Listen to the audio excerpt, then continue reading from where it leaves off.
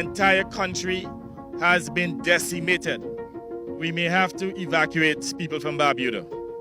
But in the meantime, we will be sending over tarpaulin and different supplies to at least keep you in the interim. We will review the situation and we'll make a decision.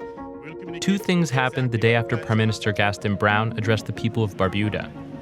Nearly every one of the almost 2,000 Barbudans were forced to evacuate. And much of the rest of the world learned that Barbuda exists. The less developed, less glamorous sibling of Antigua, Barbuda was completely leveled by Hurricane Irma. For the first time in 300 years, it was left uninhabited. A week later, in New York City, Prime Minister Browne asked the United Nations to help Barbuda prepare for a future in which hurricanes like Irma were more frequent.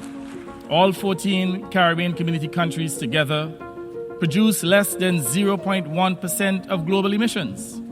That's right, less than 0.1%. We are the least of the polluters, but the largest of the casualties. Then Prime Minister Browne held a town hall in the Bronx with expats to discuss the recovery. But they only wanted to talk about one thing: land policy. That land is ours. I want to know where you get this from saying that it's a myth.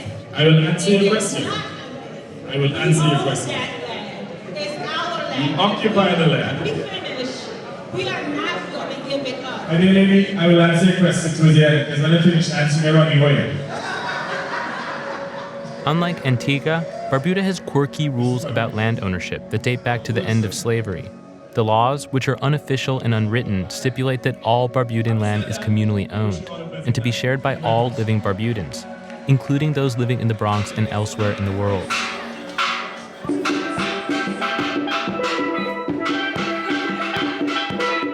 Over the years, Antigua has become an international destination for tourism and foreign investment. Barbuda, meanwhile, has remained largely untouched because that's how most Barbudans wanted it. But Prime Minister Browne says it's impossible to rebuild without some form of privatization. I'm saying right now, I'm not running no giant welfare island over there. Can I continue? That every year, we have to find $30 million to send over there to pay them, and they generate no income? That is not acceptable. Not in property taxes they pay. Nothing.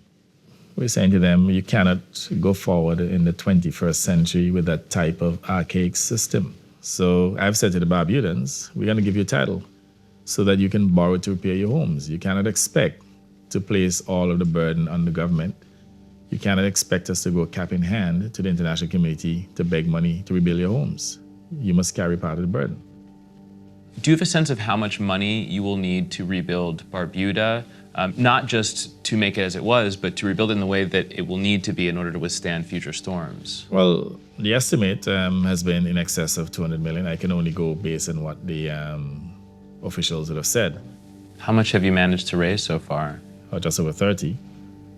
Clearly, $200 million is just beyond the means of our country. We just don't have the capacity to raise $200 million. Even if we were to borrow it, we would not be able to repay. So we even have limited borrowing capacity.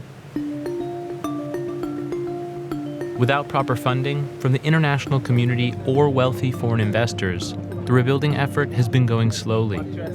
Instead of hiring an experienced cleanup crew, Barbuda has been relying on a few dozen local workers who travel 3 hours each day to get to and from the island. We're separated in groups. So this group on this side, that's what we're basically doing right now. We're removing all the carbonage, waste material, put them aside. Then the vehicle will come, the truck and the backhoe, they come and they pick them up.